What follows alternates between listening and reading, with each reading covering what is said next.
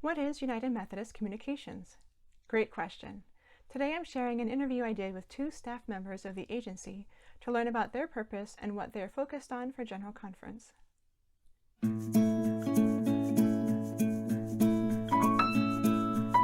I'm Dan Krause. I'm General Secretary at United Methodist Communications. This is Tim Tanton. Tim, you want to introduce yourself? Yes, I'm Chief News Officer at United Methodist Communications. Tell me about the purpose of United Methodist Communications. We really operate with three main goals. The first of those is to tell the story of God's work through the United Methodist Church across the world, and we do that through various channels of communication. We have our member and seeker channel being UMC.org, which receives over 16 million visitors a year. We do that through Resource UMC, which is our leader-focused communication channels. That's a channel we launched just in 2020. We already are receiving close to 3 million annual visitors there. And then we do it through our news service. So whereas UMC.org and Resource UMC are sort of our proactive PR denominational brand channels, and then the news service tries to be our objective channel covering the various voices and news going on within the United Methodist Church. So that's sort of the first goal we do, is tell the story. Secondly, we really work to equip the United Methodist Church at all levels to be effective at communication, from the local church on Main Street all the way up to Council of Bishops, CT, annual conferences, everything in between. We do that by providing training, by providing our local church support services for communication, just a lot of various ways there. And then thirdly, we really try to claim our role by building networks of communication for the United Methodist Church. So that's investing in technology for web hosting and CRM systems, allowing those to be available for other agencies for annual conferences, and then building networks globally as well through our global communication technology team, whether that's text messaging platforms, radio networks, and other ways to just allow the church to be in communication globally. What would you say is the impact of that work that you do on the United Methodist Church as a denomination? The impact, I think, really comes out in making disciples of Jesus Christ for the transformation of the world. Tim, anything you would add? Yes, we are communicating in multiple languages and striving to be very contextual across a global connection. And one of the important things that we're doing right now in this time in the life of the church is striving to provide reliable information. I mean, this is a time of uncertainty in the church. We know that there are a lot of questions that have been swirling around in congregations. There's also been a lot of misinformation. So we're striving to be an authoritative go-to source for reliable information. And at the same time, we have also been very energetically advancing a campaign and initiative to reinforce what it means to be United Methodists. With the BUMC campaign and the other work that we're doing, we're trying to move the church into a space where there's a hope and a vision for what we can be as a faith community going beyond 2024. Would you tell me in brief what legislation United Methodist Communications has submitted to the upcoming General Conference? I think they really fall into three broad categories of what we've filed. Tim, do you want to cover the first one? Sure. The first category for us is really clarifying the focus and role of United Methodist Communications. So our board of directors, the General Commission on Communication, has decided that we really want to affirm UMCom's identity as an administrative services agency. Currently, the Book of Discipline identifies us as both administrative and programmatic.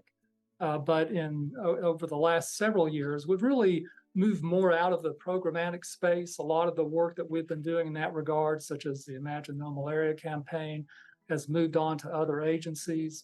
And a lot of what we're doing currently falls more under that administrative umbrella. That said, the work that we are really focusing on today is empowering local churches to make disciples of Jesus Christ, and also being a good partner for the other agencies and the connection as a whole. So we want to clarify that language in the Book of Discipline, that we are an administrative agency. The second area that we're really focusing on is just updating the guidelines, mandates, whatever you want to call them, that are within the Book of Discipline of what does UMCom need to do. And there's two real paragraphs that we're updating there. One is paragraph 1805, which just really calls out that we're working in a global sphere and doing ministry across the global connection. As Tim mentioned earlier, we are multilingual. I recognize for sake of viewers today, we are both two white males doing this interview, but we have a very diverse staff at UMCom. That's through our leadership team as well. If you saw all of us on the camera, but we do try to then really represent the voices and the multilingual communications across the global church. And then secondly, it involves update to paragraph 1806, which really goes through and updates those mandates that some of them are just old, so to say.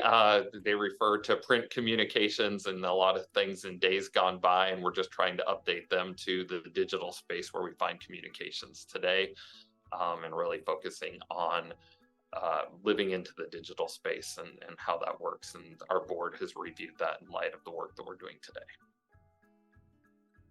Right. So the third objective that we have for General Conference is reducing our board size. So we want to streamline from 27 to 21 board members while preserving our proportionality with central conference and jurisdictional representation. We believe that doing this would reduce costs, it would increase the efficiency of our board, and it would also continue to ensure that we have the diverse representation in the leadership of our agency. So this would involve amending paragraph 1807, and by doing this, we would be bringing our board size more into alignment with the boards of other agencies as well. And the budget that, as proposed to General Conference, assuming that passes, has a 40% reduction in it. So that's why we're also just sort of looking across the board at our work at UMCom. What will we need to adapt? And our board has filed the petition to say, let's start at the top down, looking at the board as well. If we're having to reduce, it would naturally make sense to reduce everywhere, so we can continue to invest in communication ministry to the extent possible. Is there any other legislation that is coming to General Conference that you want to highlight? There are two other petitions coming to General Conference that reference UMCom, neither of which was filed by us. The first one talks about merging United Methodist Communications and the General Conference of Finance and Administration, GCFNA, and that's a petition to update paragraph 1801. So in regards to that one, what we would call out, Emily, is it was not filed by UMCom.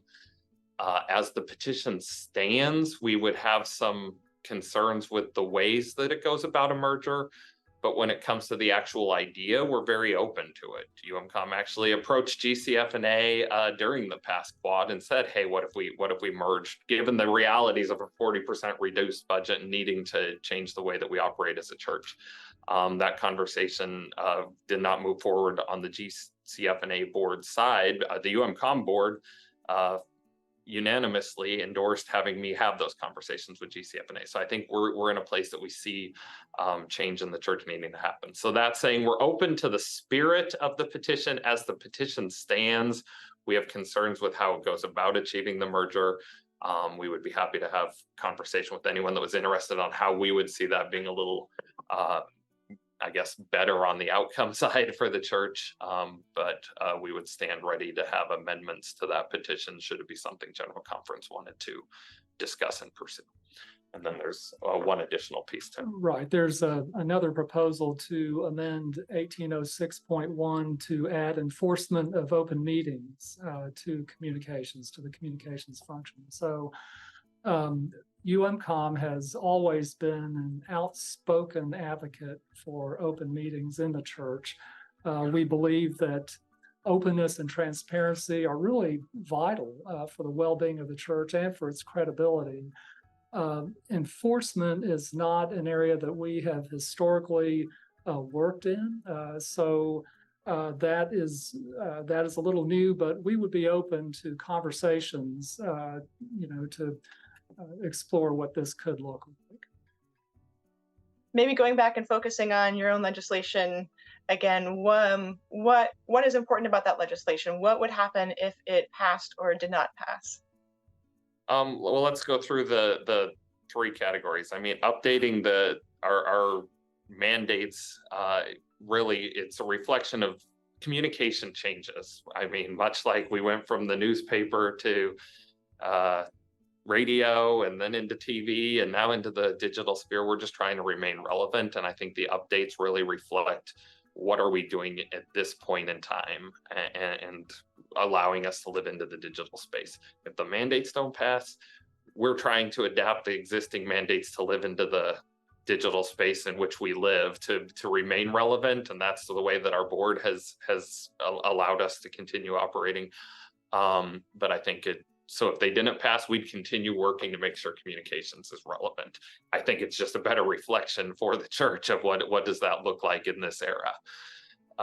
In terms of the board size adjustment, again, assuming the budget passes, we're going to have a 40% budget reduction with or without the reduction in board size. So it's really, the board would continue to be the same, to answer your question, if it doesn't happen, but a larger percentage of the money allocated to UMCom would be going towards board expenses and flying people to board meetings and hosting board meetings versus actually enabling communication ministries. So we're just trying to reduce board size, commensurate with other reductions that we'll be needing to take as well. And then clarifying the focus of the agency. Again, if nothing changes with that, we would be both, the Book of Discipline is clear that there are programmatic agencies, there are administrative agencies, and then there is UMCom, which is an administrative agency, but has programmatic elements, it says, which is really sort of vague. I mean, no one, as Tim said, there were clear programmatic areas that we're no longer doing, like Imagine No Malaria, but nothing we're doing today.